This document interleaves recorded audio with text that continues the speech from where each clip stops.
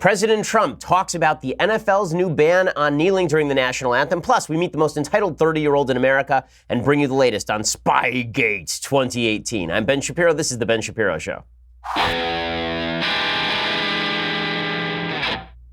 Lot to get to today, and we will be talking about all of it. First, I want to say thanks to our sponsors over at Movement. So, do you see this watch? This one right here? This magnificent piece of hardware? Okay, this right here is a Movement watch, and I wear it every single day. In fact, I have two Movement watches. My wife has a Movement watch. My mom has a Movement watch. My father has a Movement watch. Everybody at the office has a Movement watch, not just because they are sponsors, but because they make great watches at affordable prices. Movement has come pretty far from being a bunch of crowd-funded kids working out of a living room. In the past year, they've not only introduced a ton of new watch collections for both men and women, but also expanded to sunglasses and fashion-forward bracelets for women. Okay, these watches are simple and clean looking. They really look like much more expensive watches. They begin at just $95 at a department store. These things cost $400, $500. Movement figured out that by cutting out the middleman, they can save you a lot of money. Classic design, quality construction, styled minimalism. I can tell you these things are super durable because my son loves them, and that means that he throws them around and they look just as good as new every time he does it. Get 15% off today with free shipping and free returns by going to mvmt.com/Shapiro. That's mvmt.com/Shapiro. Again, 15% off today. Free shipping, free returns for Movement. mvmt.com/Shapiro. You should join the movement because it is that good. Use that /Shapiro. Let them know we're saying you get 15% off. Okay, so the big news of the day is that the NFL has decided that they will no longer allow players to come out on the field and kneel for the national anthem, which is, I think, a good move by the NFL, although I think it's done in the worst possible way, and they should have done it originally. The NBA had this problem years ago when there's a player named Mahmoud Abdul-Rauf, he was a guard, I believe, for the Denver Nuggets, and he didn't want to stand up for the national anthem. He was fined, and pretty quickly he ended up standing for the national anthem. Steve Nash refused to put his hand over his heart for the national anthem. I believe he was fined as well. The NBA has always had this rule. The NFL never should have allowed the politicization of its games. It is a product. When your product is politicized, then you take action to prevent that politicization. But the NFL wanted to reach out to new audiences, and so not only did they support the politicization, they actually forwarded the politicization. Even before the national anthem protests, if you recall, all the way back to 2013, 2014, during the Ferguson issues in 2014, there were a bunch of players who ran out onto the field doing the hands up, don't shoot motion, no fine. But there were people who wanted to wear gear that honored the slain Dallas police officers in 2015, and the NFL threatened to fine them, before the NFL backed down. So the NFL took positions on these issues in the worst and stupidest possible way. Well, now the NFL has decided they're going to come out and ban the kneeling altogether. ESPN reports the new policy subjects teams to a fine if a player or other team personnel do not show respect for the anthem. That includes any attempt to sit or kneel, as dozens of players have done during the past 2 seasons. Those teams will also have the option to fine any team personnel, including players, for the infraction. So Roger Goodell, who I think has been rather a not good NFL commissioner, actually. He's been the beneficiary of tremendous growth in the NFL. I'm not sure it's because of Roger Goodell, however. He said this season, all league and team personnel shall stand and show respect for the flag and the anthem. Personnel who choose not to stand for the anthem may stay in the locker room until after the anthem has been performed. We believe today's decision will keep our focus on the game and the extraordinary athletes who play it and on our fans who enjoy it. And the 32 teams agreed to the following requirements. All team and league personnel on the field shall stand and show respect for the flag and the anthem. The game operations manual will be revised to remove the requirement that all players be on the field for the anthem, so you can stay in the locker room. Personnel who choose not to stand for the anthem may stand in the locker room or a similar location off the field until after the anthem has been performed. A club will be fined by the league if its personnel are on the field and do not stand and show respect for the flag and the anthem. Each club may develop its own work rules consistent with the above principles regarding its personnel who do not stand and show respect for the flag and the anthem. The commissioner will impose appropriate discipline on league personnel who do not stand and show respect for the flag and the anthem. Okay, so what is the actual practical effect of this going to be? A bunch of people are going to stay in the locker room out of solidarity with people who would kneel but were not allowed to. As I said last year during the actual national anthem controversy, I think it is stupid and counterproductive to kneel for the national anthem. I think it is disrespectful, but I don't think that players should do anything beyond, if they want to stand with their fellows, they should just stand with their fellows. Instead of kneeling with their fellows, they should stand there and put their hand on their shoulder, something like that. And I think what you will see is solidarity with these guys, and a lot of people will now stay in the locker room. So we'll get to rehash this entire controversy all over again, or things will get even worse, and what you will see is a bunch of players stay in the locker room, and the owners, in order to virtue signal to the left, will decide to pay the fines. And that's what you're getting from New York Jets chairman Christopher Johnson, who says he'll take the hit. He said, I do not like imposing any club-specific rules. If somebody on the Jets takes a knee, that fine will be borne by the organization, by me, not the players. I never want to put restrictions on the speech of our players. So I prefer that they stand, of course, but I understand if they felt the need to protest. There are some big complicated issues that we're all struggling with, and our players are on the front lines. I don't want to come down on them like a ton of bricks, and I won't. There will be no club fines or suspensions or any sort of repercussions. If the team gets fined, that's just something I'll have to bear. I think you're going to see a lot of other owners follow suit, and then owners who don't follow suit will be called antagonists of free speech, people who don't support free speech, and this controversy will just continue. Well, President Trump responded to all of this by celebrating. This is a big victory for President Trump culturally, and because everything in our politics has broken down into stupid conversations over winners and losers as opposed to what's good for the country, this has turned into a big win for Trump. And Trump not only says that it's a big win for Trump because Trump got the NFL to cave and change their policy, but it's a big win for America. Here's President Trump explaining. You have to stand proudly for the national anthem. Well, you shouldn't be playing. You shouldn't be there. Maybe you shouldn't be in the country. You have to stand proudly for the national anthem. And the NFL owners did the right thing if that's what they've done. Okay, so here's the reality. You don't have to stand for the national anthem in the United States. Should you stand? Sure. Is it a sign of respect for the nation? Yes. And all of the players who are black and who are protesting about supposed police brutality against black folks, I think that they would be better served to take a play from the playbook of Frederick Douglass or a play from the playbook of Martin Luther King and say, listen, I'm going to stand for the anthem because the anthem is mine too. And then they can come out and they can say, and I don't think we're living up to the anthem. It's not like these guys have no platform. They do have a platform. When celebrities speak, people listen. But kneeling for the national anthem was a crude method of attempting to draw attention and actually created more of a backlash than it was meant to do.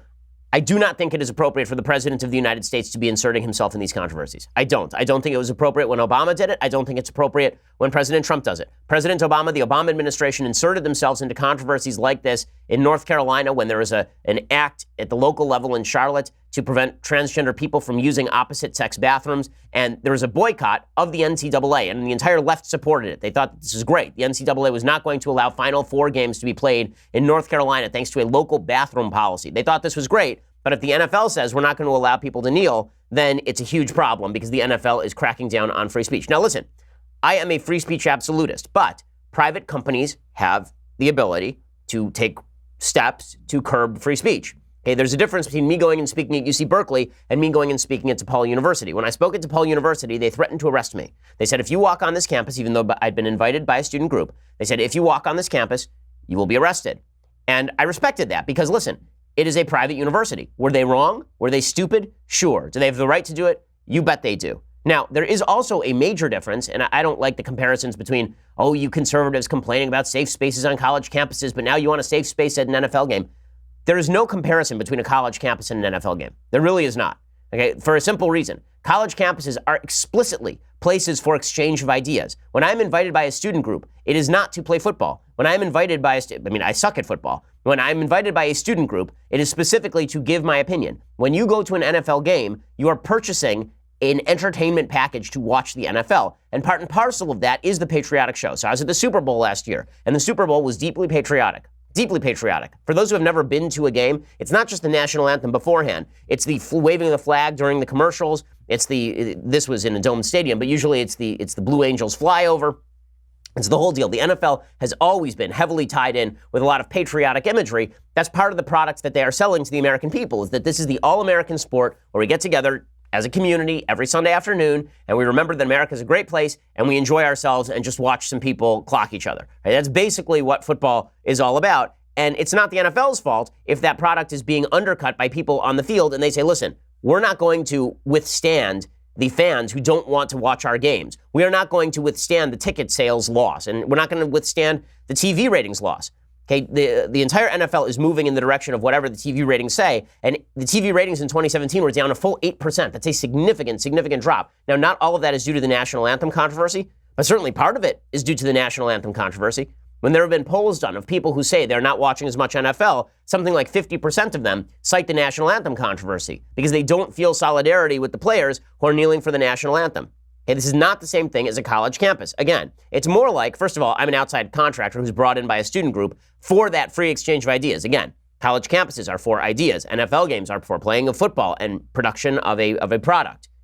Okay, It's more like if a college campus had a professor who taught engineering, and this engineering professor decided that they were going to talk politics at the beginning of every engineering class, and pretty soon it turns out that all the students want to just learn engineering and they're not interested in hearing the politics, and so they all drop out of the class. Does the college now have the right to lay the guy off?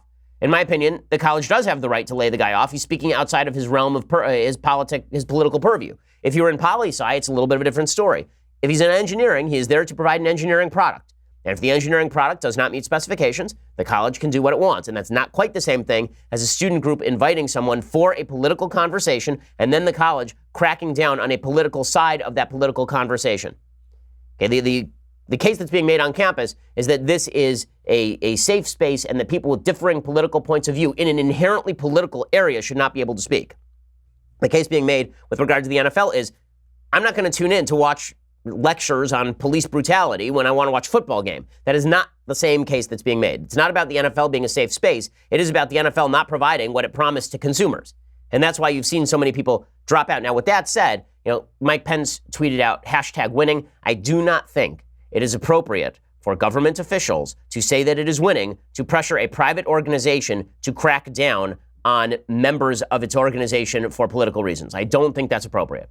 I think that it's one thing for you or for me to say I'm turning off the TV. I think if Trump said, listen, I've been turning off the TV, that's fine. I think the pretty clear attempt, governmental attempt, to pressure private organizations to do things on the free speech basis, I don't like it. And I don't think it's winning, by the way. I don't think that you're winning with your base. You're winning with your base. But I'll explain why I think this is actually counterproductive for Trump and Pence to a certain degree in just 1 second. First, I want to say thanks to our sponsors over at Policy Genius. So 80% of people think life insurance costs double what it actually costs. Life insurance is not all that expensive, and there is no excuse for you whatsoever. There's no excuse for you whatsoever not to buy life insurance, because if you plots tomorrow, you're going to leave your family poor. And there's no reason for you to do that when you could go online right now and get yourself a good life insurance program, and then you won't have to worry about it ever again. A healthy 35-year-old can get $500,000 in coverage for less than $30 a month. There is no reason that shouldn't be you. Policy Genius is the easy way to compare life insurance online. In just 5 minutes, you can compare quotes from the top insurers to find the best policy for you. Policy Genius has helped over 4 million people shop for insurance, placed over $20 billion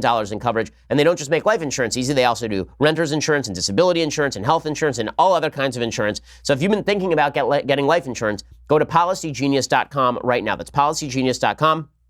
It's the easy way to compare the top insurers and find the best policy for you. You will be saving time and money and hassle, and it is indeed free. Policy Genius, go check it out. Comparing life insurance does not need to be a pain in the neck. Policygenius.com. Alrighty, so here is why I don't think this is super productive for President Trump. His entire base believes it is wrong to kneel for the national anthem. He's getting them jazzed up, right? And I think that is a useful political tactic. But in its way, it's no different from what Obama did when he would get people jazzed up about Ferguson to go out and vote for him in a midterm election or in a presidential election in 2012 by sending Joe Biden out to say that Mitt Romney was going to put you all back in chains.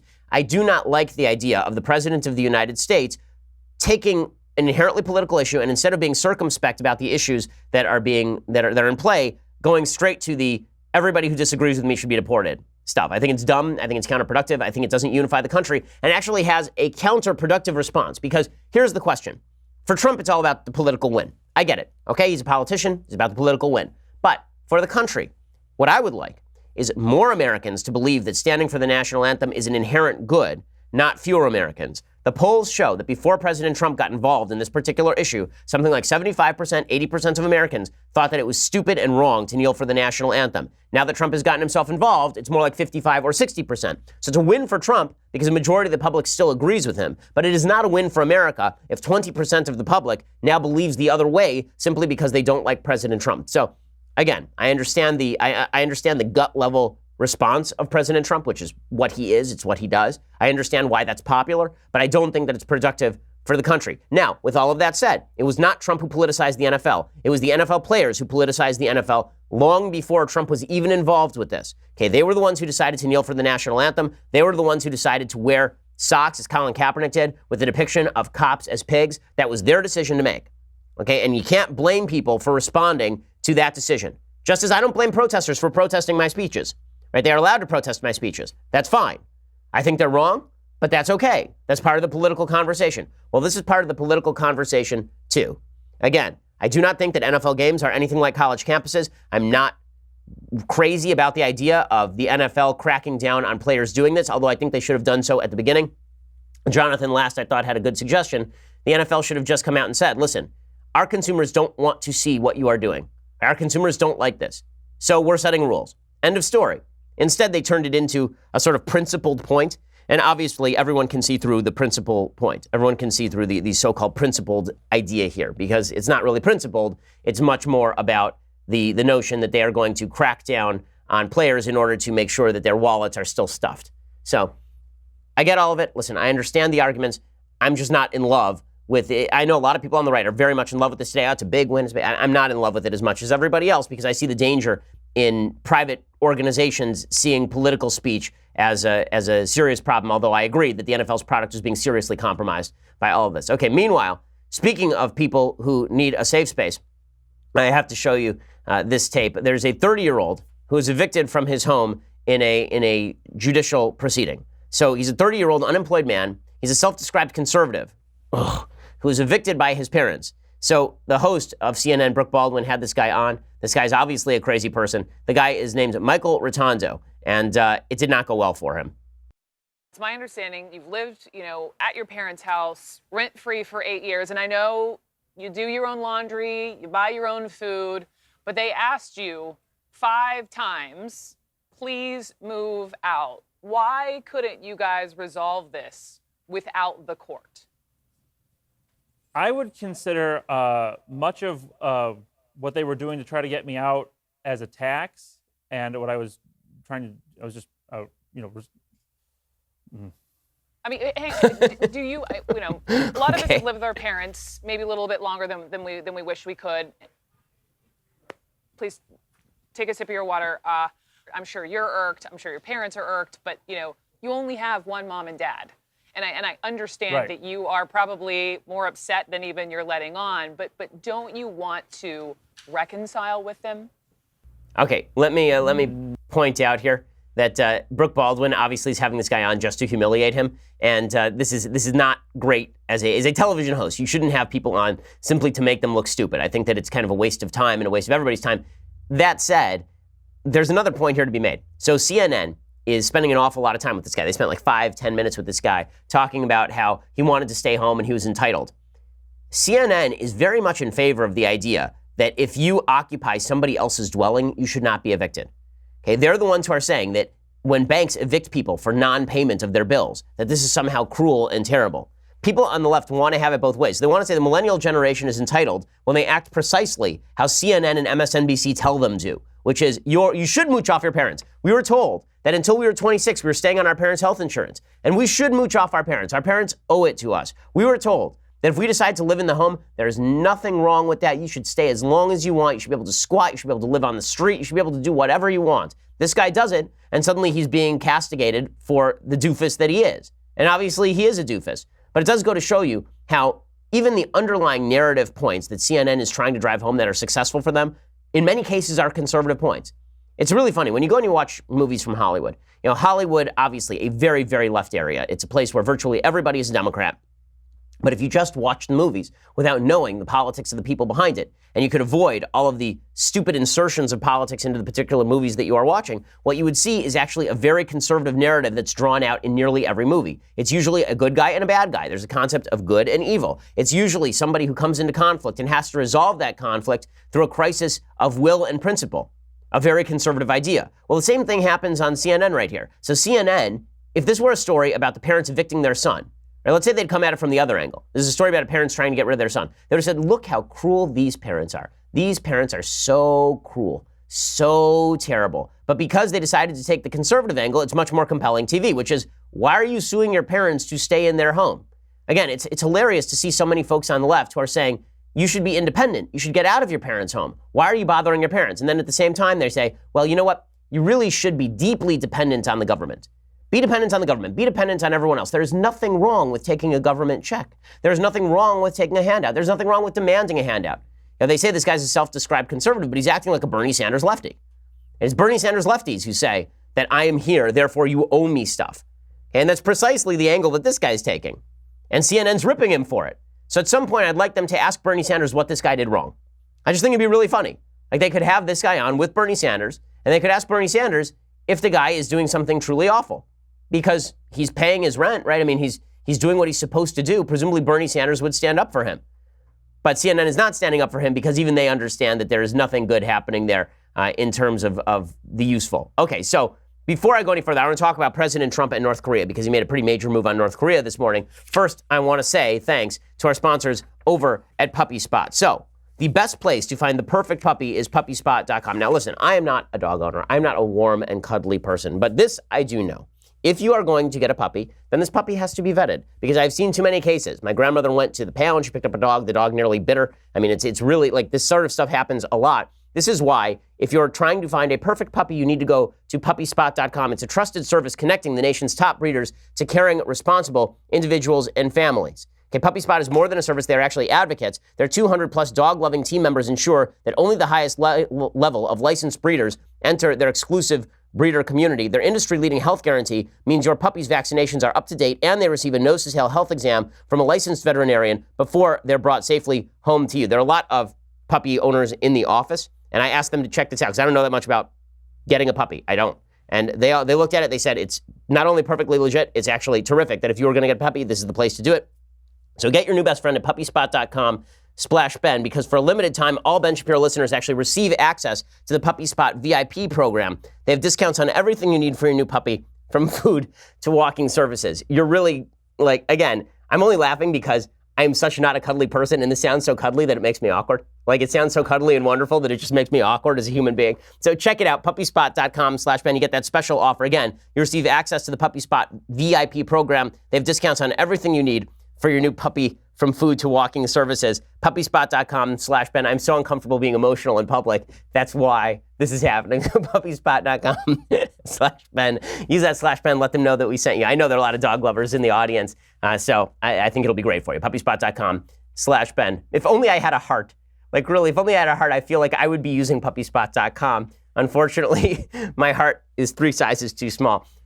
So I'll have to ask people at the office to do it for me, and then they will know how great Puppy Spot is. Okay, so meanwhile, President Trump has gotten himself into not a pickle, out of a pickle, I would suggest. So I have always been skeptical of the idea that there was going to be a grand summit between the Trump administration and the North Korean dictatorship. I have always been deeply skeptical of this. I was from the beginning. When people were shouting Nobel Prize, Nobel Prize, I was saying, for what? Okay, unless North Korea wants to actually give something up, there's no deal that's going to get done here, and there's a far better shot that the United States will make a bad move, and that the bad move will involve pulling troops off the peninsula, or scaling down military drills, or making some sort of promise financially to Kim Jong-un, which I do not support. Well, President Trump did the right thing. So, a few days ago, North Korea threatened a nuclear showdown with the United States. So this was just a couple of days ago. North Korea, according to Huffington Post, has escalated its war of words with the U.S., repeating a threat on Thursday to call off the planned June 12th summit with President Donald Trump, warning that a nuclear showdown could instead be on the table. In a statement published by North Korea's official Korean Central News Agency, the North's Vice Minister of Public Affairs, Cho Sun-hui, blamed reckless remarks made by top U.S. officials as the reason behind Pyongyang's second thoughts. Cho took aim at VP Mike Pence in particular and called him a political dummy who defended North Korea with his unbridled and impudent comments. Pence had warned in a Fox News interview that Pyongyang could follow the Libya model if Kim Jong-un doesn't make a deal, which was a deal where Muammar Gaddafi met a brutal end after his decision to denuclearize. Okay, North Korea has long expressed distaste at comparisons with Libya. They don't want to look like a weak country that gave up their nuclear weaponry and all the rest. So they were ripping on Mike Pence, and they were suggesting that they were going to pull out of the June 12th summit. And so Trump came out and he wrote a letter, and his letter basically said, fine, stay home, I don't care. Which is exactly right. That's exactly right. Okay, the United States is not the country in trouble here. The country in trouble here is North Korea. And let's face the reality. North Korea is in trouble because they blew up their own nuclear mountain. It collapsed in on them weeks ago. They do not have a nuclear testing site inside North Korea because they had a physical problem with their nuclear testing site. It broke. Okay, they broke their own testing site, which is an amazing thing. And President Trump was just sitting there. And then they're like, can we have some talks? He's like, absolutely, you can have some talks. And then, in order to save face, they're making all sorts of noises about nuclear war. So President Trump, this is where President Trump's habit of being just a bloviating hammer of a human being, it really comes in handy. So here is what he wrote. You have to love this. It's so good. He writes, Dear Mr. Chairman, We greatly appreciate your time, patience, and effort with respect to our recent negotiations and discussions relative to a summit long sought by both parties, which was scheduled to take place on June 12th in Singapore. We were informed that the meeting was requested by North Korea, but that to us is totally irrelevant.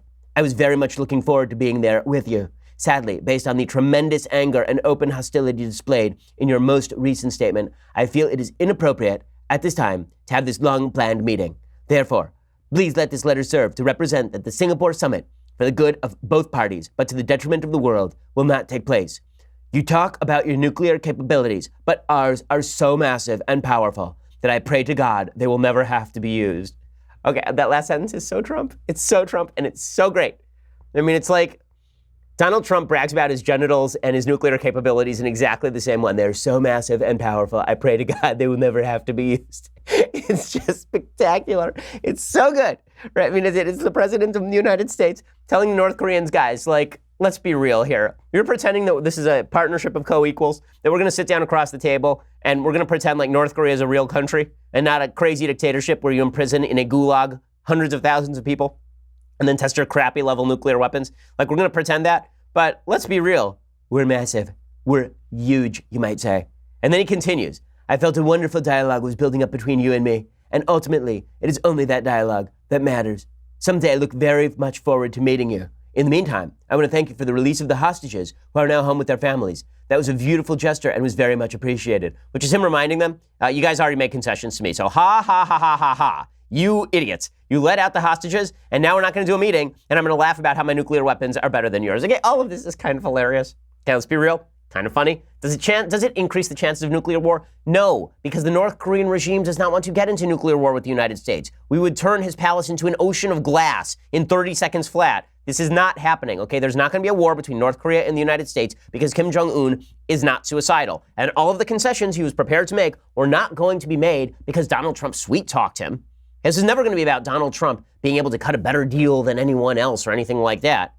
Okay, the art of negotiation does not lie in you giving somebody a pat on the head and a shoulder rub. That's not how negotiation works. The way it works is Trump is ready to walk away from the table.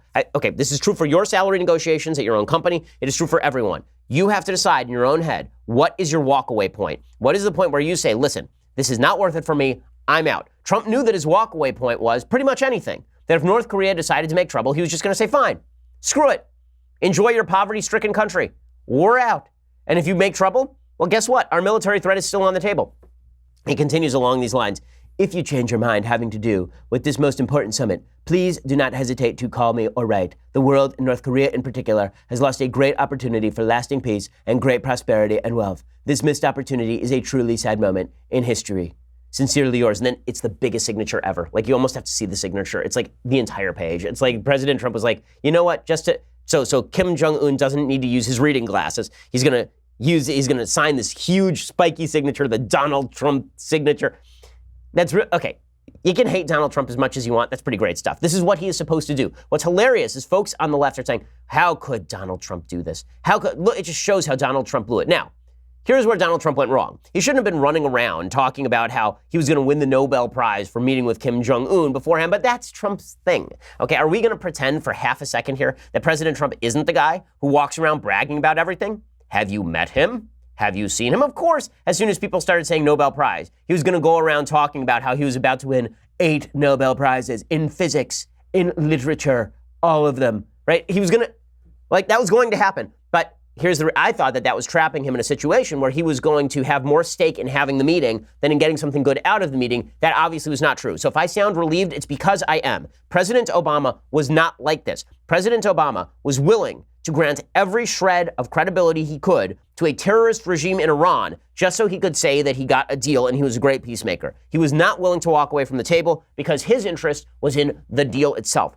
President Trump's interest, I was skeptical about this, but it is in making a good deal. It is in making a better deal. I am very much heartened by President Trump's willingness to walk away from the table with Kim Jong-un because I don't think that it was smart for him to put it out there that we were going to meet with Kim Jong-un without preconditions in the first place. I don't think it was smart to walk into a room not knowing what we wanted from Kim Jong-un. I'm very happy that he said, listen, my walkaway point was right here. You passed it. We're out. Good. Now, maybe it was preemptive. Okay, to be skeptic, maybe it was preemptive. Maybe he figured the North Koreans were going to cancel. He wanted to cancel first. It was more of a, you can't fire me, I quit. Maybe it was that. Maybe that's what was going on. But whatever it was, at least Trump was willing to say that. And you got to love the dude, right? You got to love the attitude, because the attitude is just spectacular. It is indeed hilarious. It is so good. I can enjoy it, okay? I can enjoy it. Well, in just a second, I'm going to give you the update on this.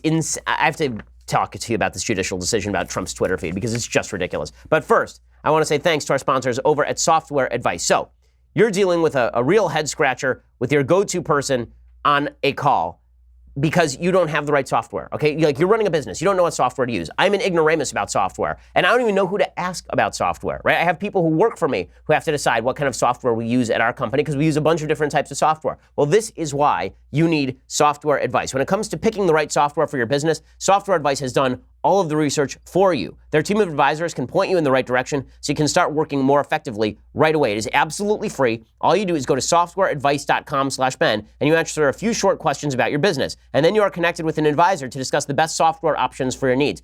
A lot of the time you think that it's your employees aren't doing the right amount of work, they're not working properly.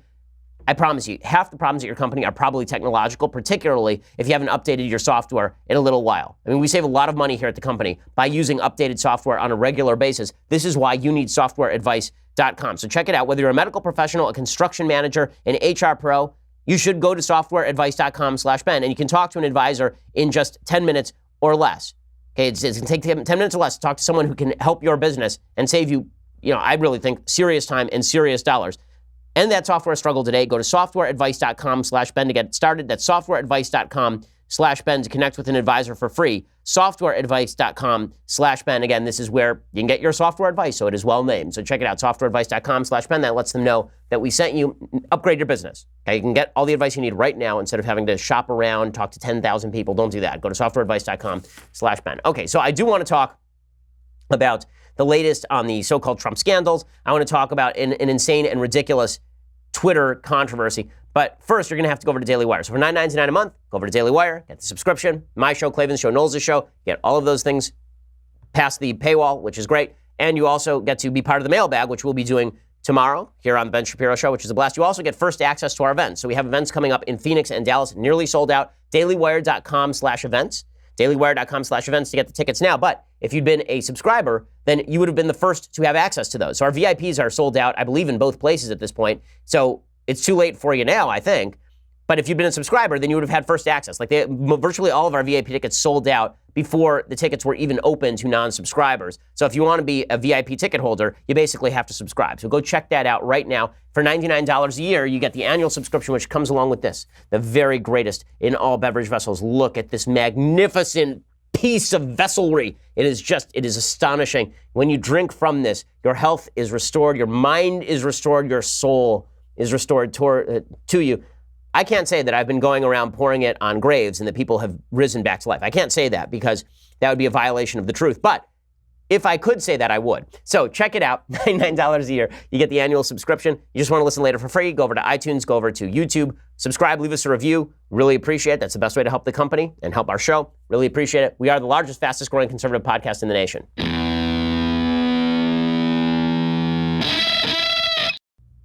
Alrighty, so now I want to talk to you about the stupidest judicial ruling I have seen in a long, long time. So, a federal judge ruled Wednesday morning, according to lawandcrime.com, that President Donald Trump may not block critics on Twitter. So many of those critics must now be unblocked. Okay, for those who don't know how Twitter works, the way it works is that you send off your little missives into cyberspace, and anyone can see them, unless that person annoys you, in which case you have the ability to do one of two things. You can either mute them, so you can't see their responses to you. This is my preferred method, because I just am amused by the idea that there are people who are so upset about what I'm saying that they are firing back tweet after tweet at me, and I can't hear them at all. Right? It's the equivalent of me hitting mute on my TV screen or sticking my thumbs in my ears. I don't actually need to listen to you, and you still think you're talking to me, so I think that's really funny. But there's also block. Okay, the block function is where you can't even see my tweets. So I don't believe I've actually used the block button on anyone on Twitter. If I have, it's like one or two people, maybe. But President Trump has, over the years, blocked a lot of people. And there are lots of legislators who have. I am blocked by a number of Hollywood celebrities. A number of Democrats have blocked me as well. That is not a shock because they don't want you seeing their tweets and then mocking them, right? Particularly if you have a big following. Because, I have 1.4 million followers on Twitter. And so that gives me the ability to, if someone tweets something stupid, tweet out about their tweet, and then it's not good for them. So in any case, there was a lawsuit filed against Trump for blocking people on Twitter. Here's why this is dumb. First of all, you can still view any of Donald Trump's tweets simply by going to twitter.com and not logging in. If you don't log in and you just view his Twitter feed, you can do that without actually having an account on Twitter. Second, are we really suggesting the media don't cover Trump's Twitter feed? Is the suggestion here that you have no access to what Donald Trump said if you are not unblocked by President Trump? And Twitter is not a public utility, right? Twitter is a method for distribution. So this would seem to suggest that if the President of the United States gives an interview to one outlet, he must give an interview to all outlets. You can't give an exclusive anymore. Instead, every outlet must be welcomed into the White House press office every time Trump has a press conference. Well, obviously, this is stupid. A 75-page order, U.S. District Judge Naomi Rice Buchwald concisely began her lengthy analysis with the following emphatic finding of the law. This case requires us to consider whether a public official may, consistent with the First Amendment, block a person from his Twitter account in response to the political views that person has expressed, and whether the analysis differs because that public official is the President of the United States. The answer to both questions is no. And she says, we hold that portions of the real Donald Trump accounts, the interactive space where Twitter users may directly engage with the content of the president's tweets, are properly analyzed under the public forum doctrines set forth by the Supreme Court, and that such space is a designated public forum, and that the blocking of the plaintiffs based on their political speech constitutes viewpoint discrimination that violates the First Amendment. Well, Twitter owns Trump's account. Twitter could shut down his account tomorrow. He doesn't own Twitter. Okay, Twitter is not a public forum. He doesn't pay tax dollars to Twitter. Again, this is completely idiotic. And if this is the case, then presumably I should sue all the Democratic legislators who have been blocking me. But antipathy for the Trump administration has led the judiciary just to the stupidest possible conclusions, like really, really dumb conclusions. What they say is that under Supreme Court jurisprudence, there are three types of public forums: for traditional, designated, and limited, and closed. So they found that this is a designated public forum because anyone can view Trump's tweets, because anyone with a Twitter account can follow Trump's tweets, because anyone who's not blocked on Twitter can interact with Trump's tweets, and because the social media director at the White House, Dan Scavino, said Twitter is how Trump communicates with you, the American people. Again, Twitter is a private company.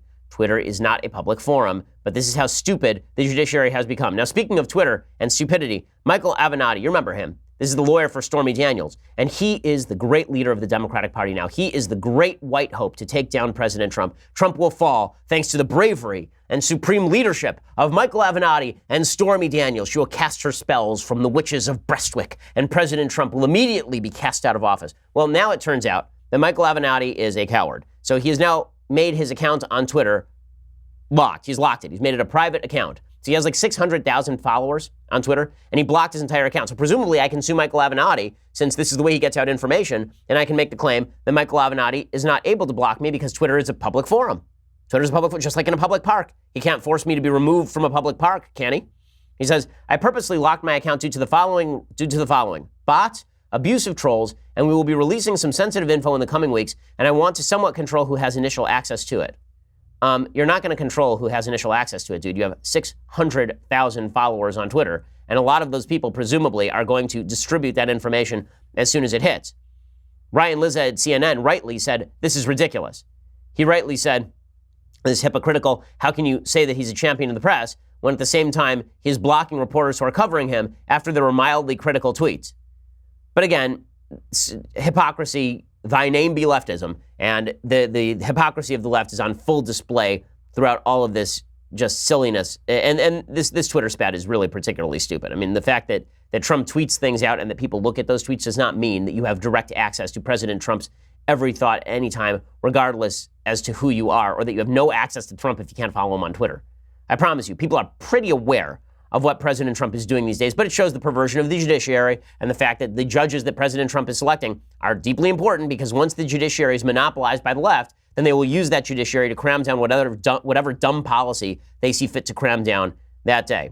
Okay, meanwhile, the Mueller investigation continues to move forward. The latest on that is that Mueller is planning on sentencing George Papadopoulos. You remember George Papadopoulos? He's a former Trump campaign aide.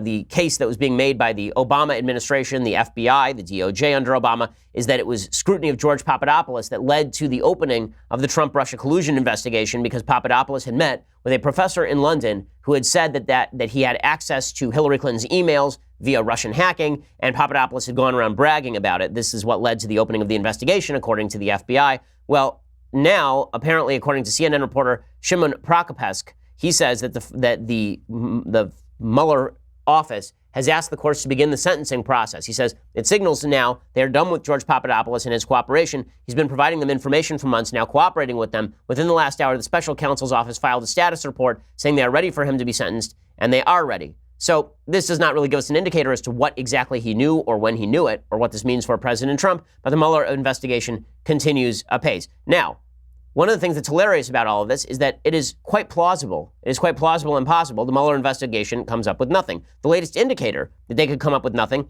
is Jared Kushner. So Jared Kushner, as you recall, is President Trump's son-in-law. He's also a top advisor to President Trump. He has run his Middle East policy and his China policy and his toilet replacement policy and pretty much every other policy. A lot of the policy considerations go through Kushner's office.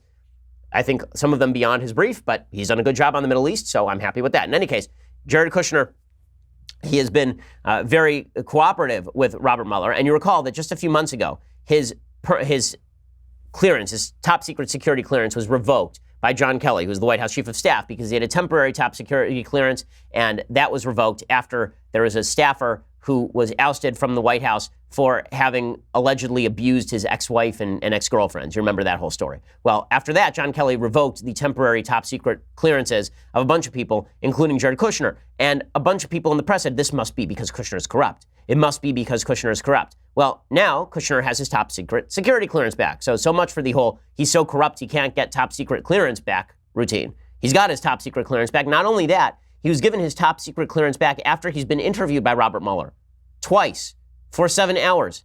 Here's Kushner's lawyer explaining.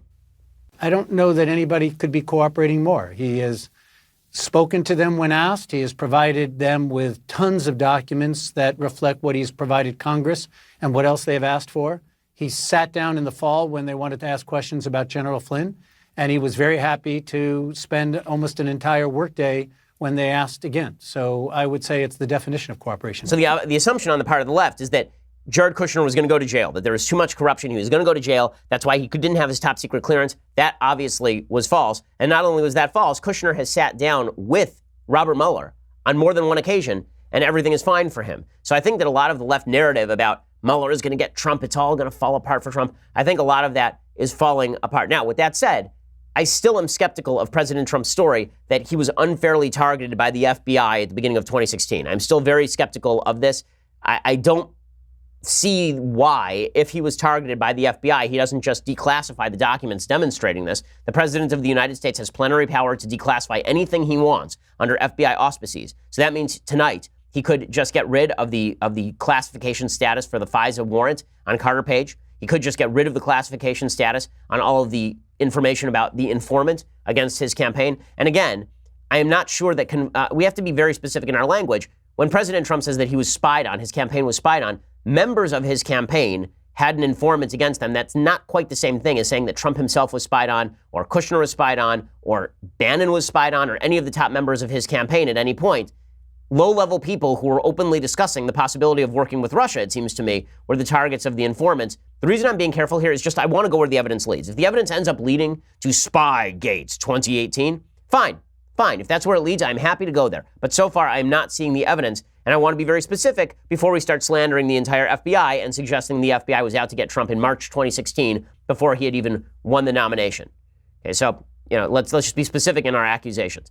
Okay, I think that it's time for some things I like and then some things that I hate. So, a thing that I like today. So I have been watching this Stars series. Like, it's an old Stars series from like 2013, 2014 with Rebecca Hamilton, who's become a relatively major star. She was in Life with Jake Gyllenhaal.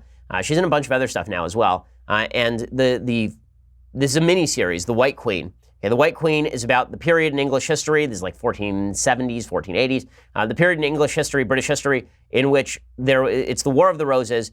This is the period covering Edward IV, Richard III, who you'll recall from your Shakespeare classes in high school, if you actually went to a decent high school, and then the period immediately following with the restoration of Henry IV.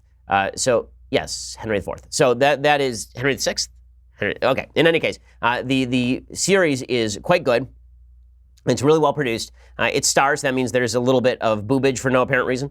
So just be warned about that if that's something that bothers you. But the production quality is excellent. It is really worth watching. And the portrayal of Richard III is really interesting because it is exactly counter to the Shakespearean portrayal of Richard III. So remember that Richard III was the last of the Plantagenets. And at the time that Shakespeare was writing, which is 200 years after, well, let's see, when was Shakespeare writing?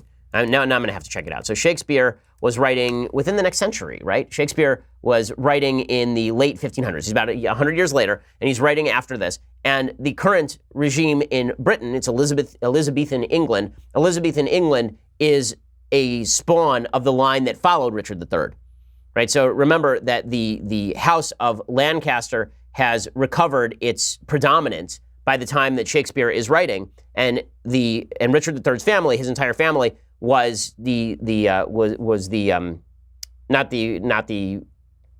of the Plantagenets. So it was the Lancasters versus the Yorks. So it was the York family. So the York family was fighting the Lancasters for predominance. The Lancasters ended up winning. Shakespeare is writing under a Lancaster queen, Queen Elizabeth.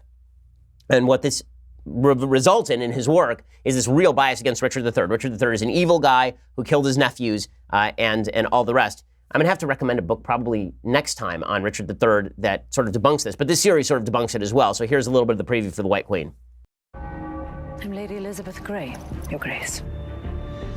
The king has done what he should not. He has married from another house, and a commoner at that. There are many who have been wishing us to fall. You're making it sound more like a battle than a marriage. It is a battle. She could never be royal. She's my queen of choice. This can easily be undone. There was an uprising. Warwick brings 10,000 men from the south. You are to lead his crusade. We will crush Queen Elizabeth for good. I have to go. Battle. Okay, so the series is actually really well shaded. You don't get the idea that any one of these people is like the great hero, although Richard III is treated very sympathetically. Production quality, very, very high. It was Henry VII, by the way, who was the successor to Richard III. Obviously, you remember from Shakespeare class, my horse, my kingdom for a horse. That comes from Richard III, that last battle. That is what the series approaches near the end. But it's really well done. The acting is quite good. The scripting is quite good. Well worth watching. Very sympathetic take on virtually all of the characters. So definitely worth checking out. Okay, now time for a quick thing that I hate. Okay, so here is the thing that I hate today. The thing that I hate is that there was a Freedom of Information Act request that was reported by the Baltimore Post about Barack Obama and his top advisors after the tragedy at Sandy Hook. Okay, right after the tragedy at Sandy Hook, after the act of evil at Sandy Hook, in which 20 children were shot and 6 staffers were shot as well to death, the top members of the Obama administration immediately began discussing how to use this as a political weapon before the bodies were even cold. Okay, so 2 days after the massacre that left 26 dead, there's a text exchange between Chicago Mayor Rahm Emanuel, former chief of staff for President Obama, and Education Secretary Arne Duncan about what to do. And they were discussing. So Duncan said, "What are your thoughts?" in the subject line, CT shooting. And Emanuel said, "Go for a vote this week ASAP before it fades. Tap people's emotion. Make it simple assault weapons." "Yep, thanks," replied the Education Secretary. And then Emanuel wrote back, "When I did Brady Bill and assault weapons for Clinton, we always made it simple. Criminals or war weapons." And then Duncan asked about so-called gun show loopholes. He said, "Gun show loophole, database, cop killer bullets, too complicated," said Emanuel. "Cop killer maybe," answered Emanuel. The other, no. "Got it," Duncan agreed. So they were already trading ideas on how exactly to take advantage of this entire thing, the immediate polarization, the immediate politicization, the attempt to turn it into a rallying cry for gun control. Tap people's emotions is, listen, that's politics, but when it's exposed to public view, it is a little bit gross. It is a little bit gross, and I think everybody should see that the supposed sincerity of the Obama administration in pushing legislation connected with gun control was largely about tapping into people's emotion, which you could tell certainly at the time. Okay, we'll be back here tomorrow with Mailbag, so if you're going to subscribe, now is the day to do it, because this means that you get to be part of our Mailbag tomorrow. Check it out over at Daily Wire, and if you want to join our events in Phoenix or Dallas, go to dailywire.com/events. Check us out as well on Apple News. We always appreciate it. We'll see you here tomorrow. I'm Ben Shapiro. This is The Ben Shapiro Show. The Ben Shapiro Show is produced by Senya Villarreal, executive producer Jeremy Boring, senior producer Jonathan Hay. Our supervising producer is Mathis Glover, and our technical producer is Austin Stevens. Edited by Alex Zingaro. Audio is mixed by Mike Caramina. Hair and makeup is by Jesua Alvera. The Ben Shapiro Show is a Daily Wire Forward Publishing production. Copyright Forward Publishing 2018.